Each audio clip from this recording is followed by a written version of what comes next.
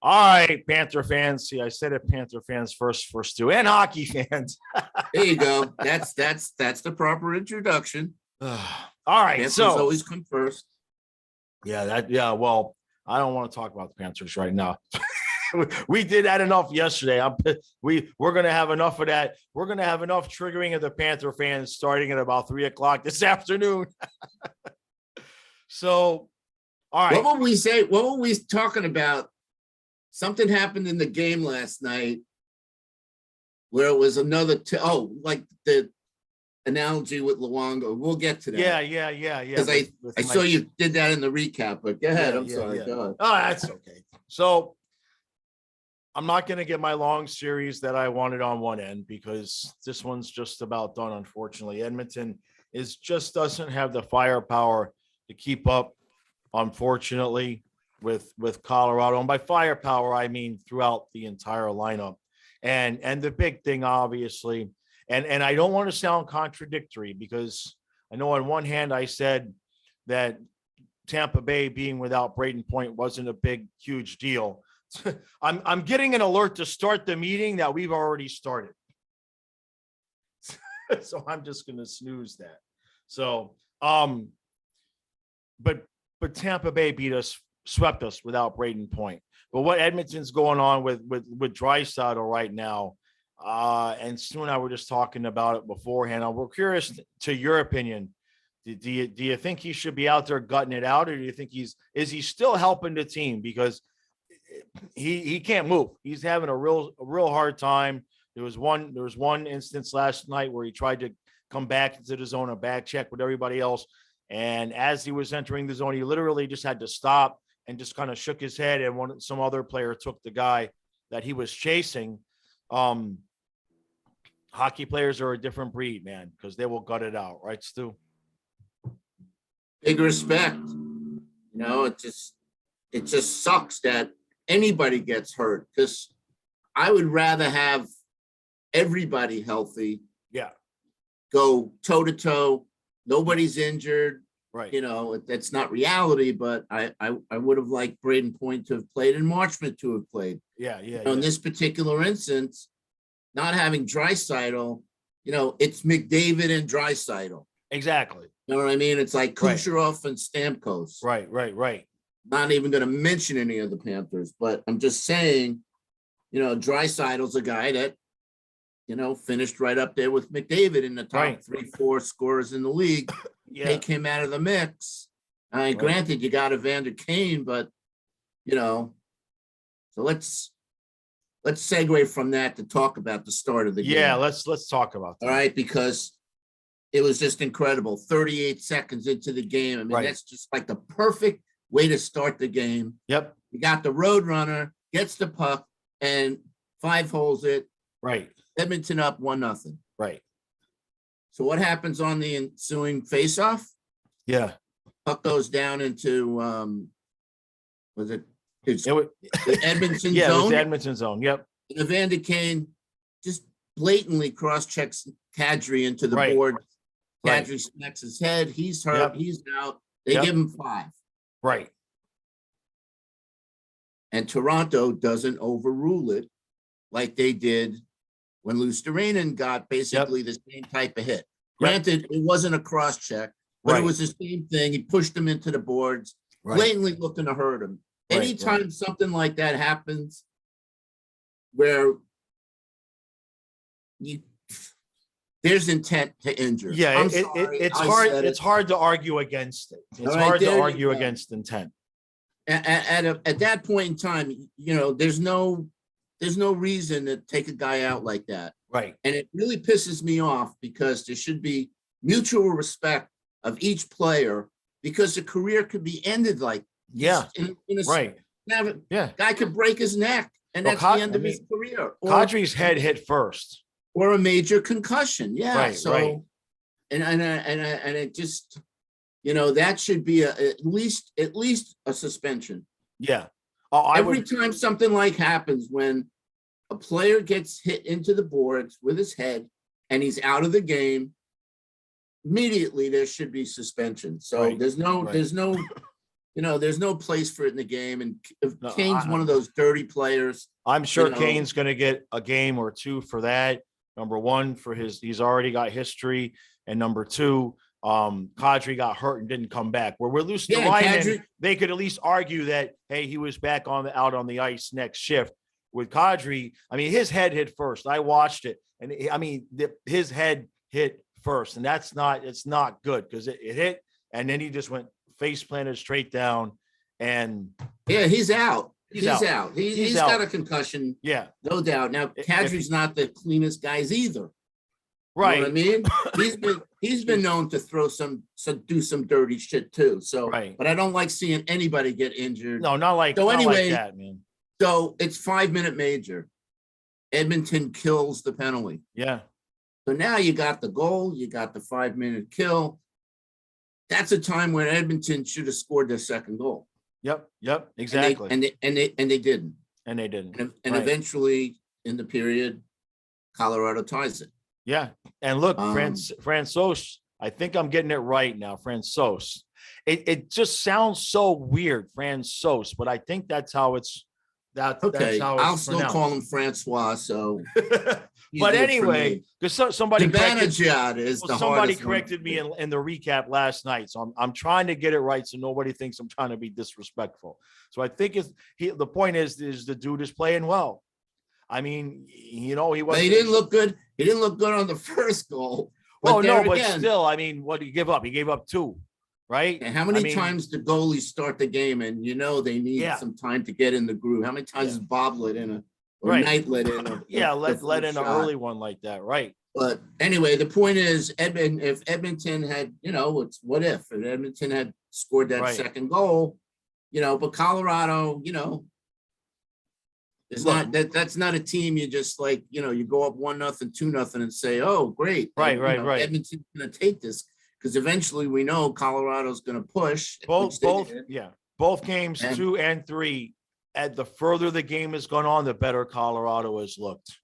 Yeah, and you can see they were definitely, Colorado's the better team, like you said, up and down the lineup. That's why I don't understand what happened with us, because up and down the lineup, I still think we had the better lines. Guys got to show up. But they didn't show up. Exactly. Guys got to show up, man. Especially our stars. Right. I think you and I had Koskinen coming in for this game, and we were both surprised to see Mike Smith again. Yeah, and Mike Smith giveth and taketh away. I mean, by the end of the first period, Mike Smith was the only reason Colorado hadn't had 3 or 4 goals. He's making these ridiculous saves, which somebody in the comments made the point, and I can kind of understand this, that he makes these spectacular saves because he's out of position so much. And then he has the ability to get back and make the saves. But that whole sequence where they called Comfer for tripping on Draisaitl, who there was no trip. That was a phantom call. Right. Like we've seen so many on the Panthers. Yeah, that was no trip. You're thinking this is going to go well for Edmonton. They're going to score, and then there's going to be all this controversy about this tripping call. They hit the post. I mean, a loud ding too, not like a ding, like a bing. I mean, they nailed the post. It was, if you notice, it wasn't inside. Right. It was either middle or to the outside of the post, because it ricocheted out to the right. Yeah, it pops instead out. Of coming straight at. So okay, whatever. It hit the post. Right, and then I forget who made the pass to Comfer. I forget. Somebody will let us know in the comments. I mean, a perfect pull shot right to Comfer, who gets position on his man, beats his man. Wait. Gets position? Well, that's like exactly the play that happened when Uyghur got out muscled in the corner, leading to a Tampa goal. But he got, the point is he got inside position. He got inside position and just muscled it. He just muscled them and got the puck. And then obviously he just threw it on net. I mean, it wasn't. Oh, I know. There was like no mustard on the shot, and Smith just woofed on it. He just woofed on it. I know. And that just goes to show you got to shoot the puck, because I don't know. I might be a little bit off here, but I think if it was Barkov, he would have just sat there and waited for somebody to come into the zone to draw pass so that they could take the shot. That might be a Yeah. low. That might be a low shot, but we've seen Barkov do that. We've seen him zip into the zone by himself and stop and wait for somebody to pass the puck to. So that's a different story. But that whole sequence. So I mean, it should have never happened that way at all because it wasn't a penalty. But they were calling by the end of the game, if somebody breathed on Draisaitl, they were going to call it because he could barely skate. And that brings me back to, Draisaitl. You got to kind of wonder. I mean, he's going to be out there game 4 because it's an elimination game. But what Colorado can do now is they can just focus on taking out McDavid, like you were mentioning. They're just all over McDavid like they were all over Barkov. That's it. You get that. That's what I was saying.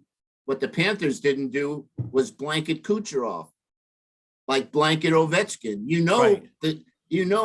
There's one guy on a team that everything goes through. Right. With Tampa, it's Kucherov. Right. With Edmonton, it's McDavid. Right. You got to have a guy on him like flypaper wherever he goes, and just right. Wherever he goes, you go. Right, exactly. And you neutralize him. Right. And they did that, time and time again. Right. You leave a guy like McDavid who's skates as fast as the wind. You don't have a guy on him at all times. He's going to beat you. Same with McKinnon. Oh yeah, McKinnon. Everything goes through McKinnon on Colorado. Right. Speaking of which, now let's analyze the power play for Colorado, because I made a point of telling you this. I hate the back pass, the drop pass when guys are coming up into the zone. Yeah. But look what McKinnon does when he gets the puck. He's like skating as fast as McDavid to get it in the zone. Right. And who did I make the analogy about? Oh, you'll have to remind me, brother. It's early Sunday morning. Plus, I sometimes when I look down on my phone, see, I watch the games and Stu texts me. I don't know how you watch the game. He must do talk to text because I look down on my phone on the commercial and I got 15 texts. And I'm like, how are you watching the game? So I don't see it all, brother. Yeah, it's voice to text. And basically, I said, look how fast McKinnon takes that puck and tries to get it in the zone, as opposed to Barkov. Right. Who does the slow, methodical, gives the opposition, PK, a chance to set it up, block that, to make a wall at the blue line to prevent him from coming in. That's a really good point. So, I just see a lot of things that we could have done better. Right. But anyway, and then on the empty net goal, yeah, that's one of those things broken stick, about. Broken stick, and just so. Yeah. Anyway, so it might be a sweep, it might not. Right. We'll see. Maybe Edmonton will win one game. I kind of agree with you. I think, Colorado's going to want to finish it out. Right. Let their guys heal a little bit. Right. But losing that way, I mean, it's not as bad as 3.8 seconds, but you work all that game. Mike Smith's having a great game. Come back, tie it. You got the power play. The power play looks good. You had a bunch of chances, and the next thing you know, Smith gives up that softie, and you can't come back and make anything happen in the last 3 minutes of the game. Just losing like that to go down 3-0, that's got to take the life out of Edmonton. Plus with Draisaitl being hurt, I mean they're so backed up against it, and it's interesting they've got this interim coach as well. So it'll be interesting to see what happens if they get swept, whether or not he's going to get to keep the job or whether or not, they kind of be in the same position there with Brunette, although it was a little bit, a different, different reason why he ended up being interim.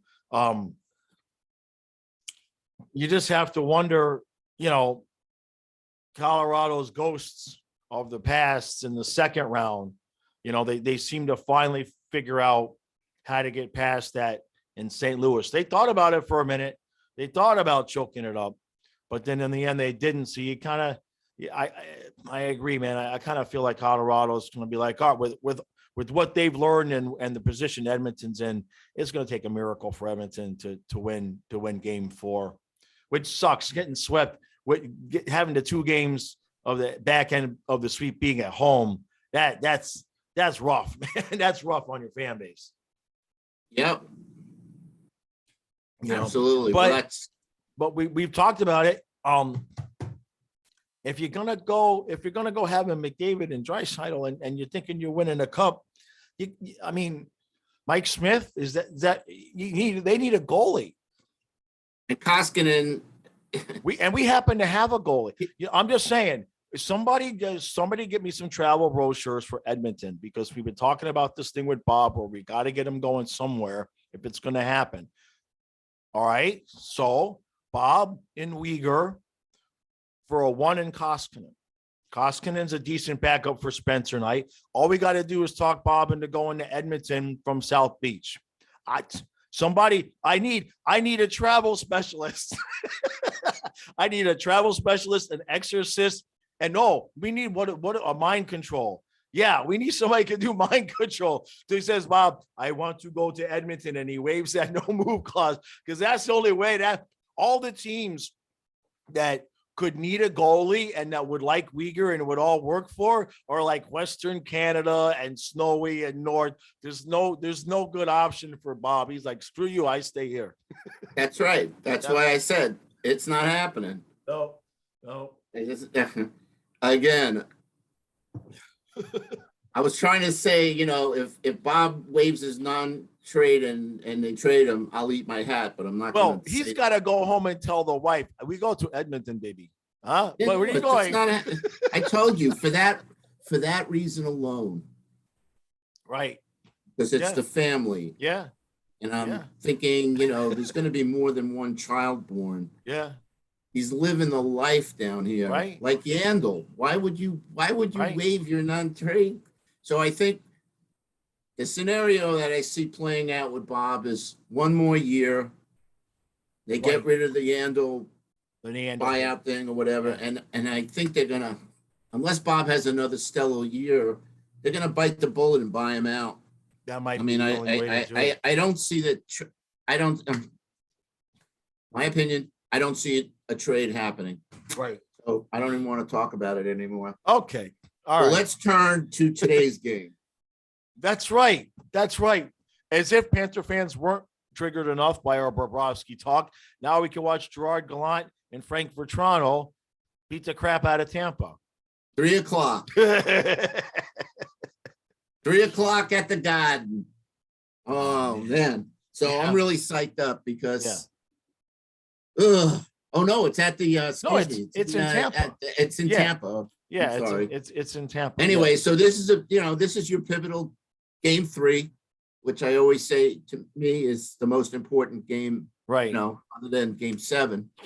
And I would just like to have a word with the Tampa Bay, whoever runs the Amalie, it's the Amalie, right? Whoever runs the arena, because they already screwed things up by booking somebody. So the Panthers had to have that back-to-back. And now what the hell is this 3:00 in the Sunday afternoon in June? We should be at the beach. We should be fishing, having a barbecue, and then the hockey game's at 8:00. So what the hell is going on down there in Tampa? It's called Sunday afternoon game ratings, like, football. Whatever. Make it 6:00. Make it 6:00. But actually, no, I'm going to flip this.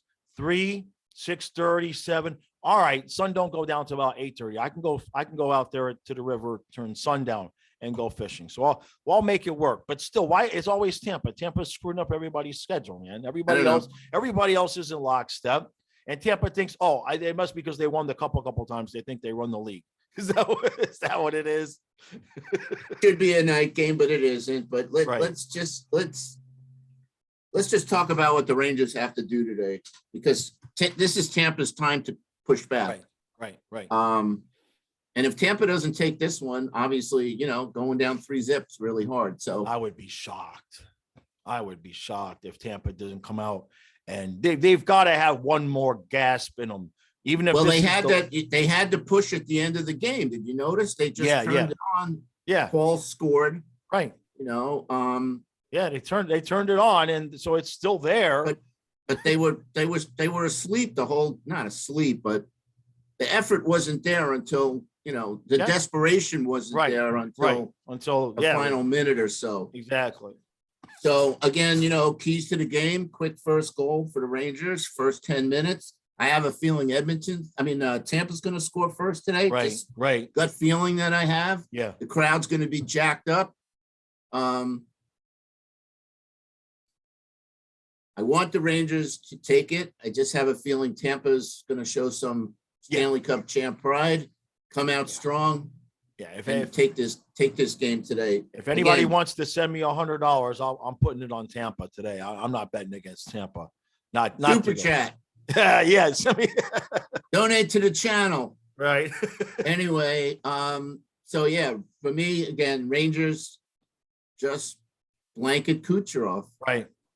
Stay out of the box. Everything goes through him. Stay out of the box like they've been. Stay out of the box, and I don't foresee that happening because the refs eventually will call some type of bullshit penalty on the Rangers. Right. And, keep Stamkos from that one timer. Although Shesterkin's been pretty good. He stopped them. Yeah. Quite a few times. Yeah. So Igor's got to have another great game. Vasilevsky. I just have a feeling today's the day that Vasilevsky's going to give the finger to the Rangers saying, okay, you got 6 goals by me last game. You ain't getting nothing by me today. Well, I hope I'm proven wrong, but no, I don't.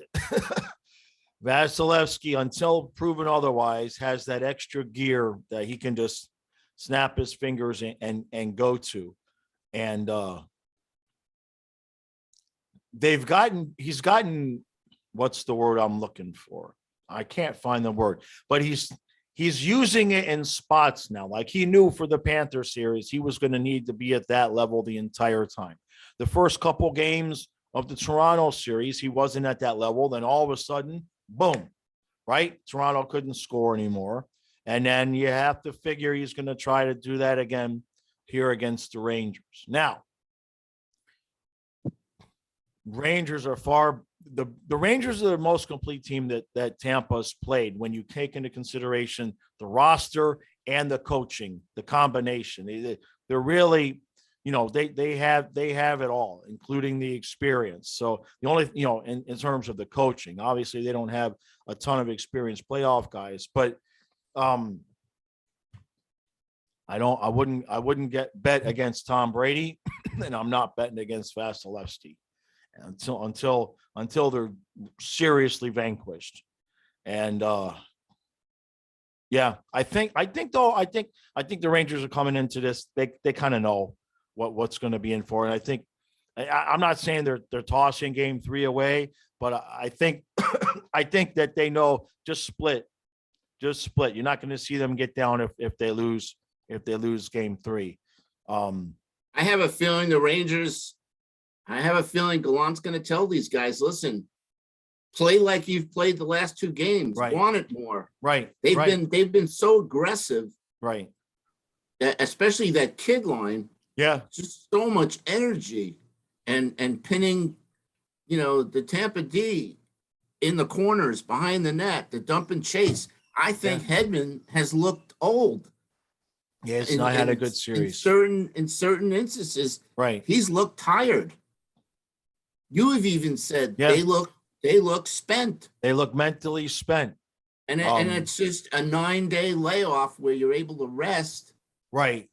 They shouldn't be I tired. mean, game 1, you understand they're going to be a little bit rusty.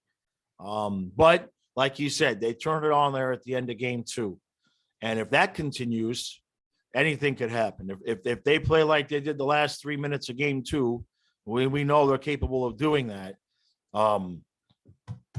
Rangers. That's why I said the beginning of the game's gonna tell it all. Yeah. Because I don't see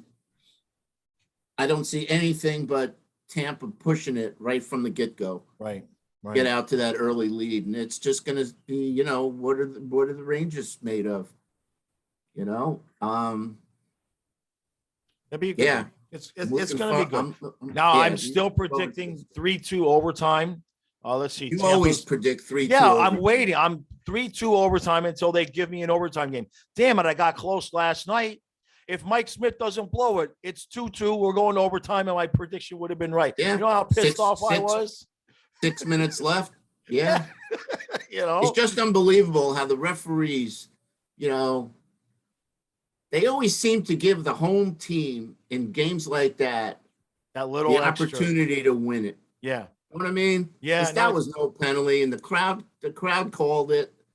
The crowd called it. I hate that the referees. The what about I don't like is the announcers that they'll show the replay and everybody can see Draisaitl was falling long before Comper even was remotely in the area, and the announcers won't say that was a kind of, you know, that was a weak call, that shouldn't have been a call. The intermission guys, they'll say that, but the guys calling the game, come on, man.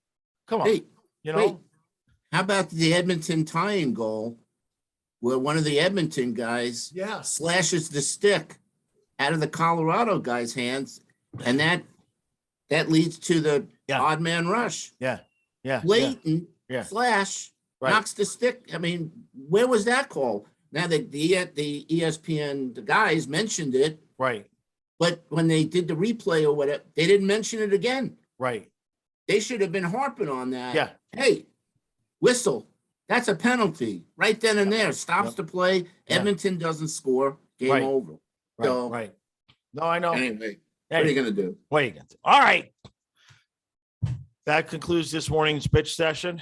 We got it all in.